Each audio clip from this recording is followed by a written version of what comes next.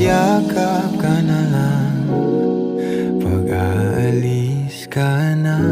Di na kailangan na pag-usapan pa, kasi ibang daan ang iyong nais na tahakin.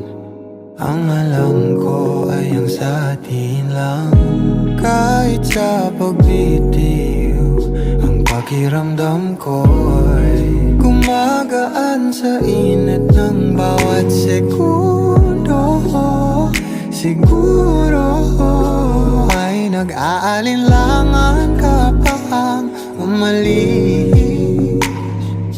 O ba't mo pa kasi ito papalitan? Sinong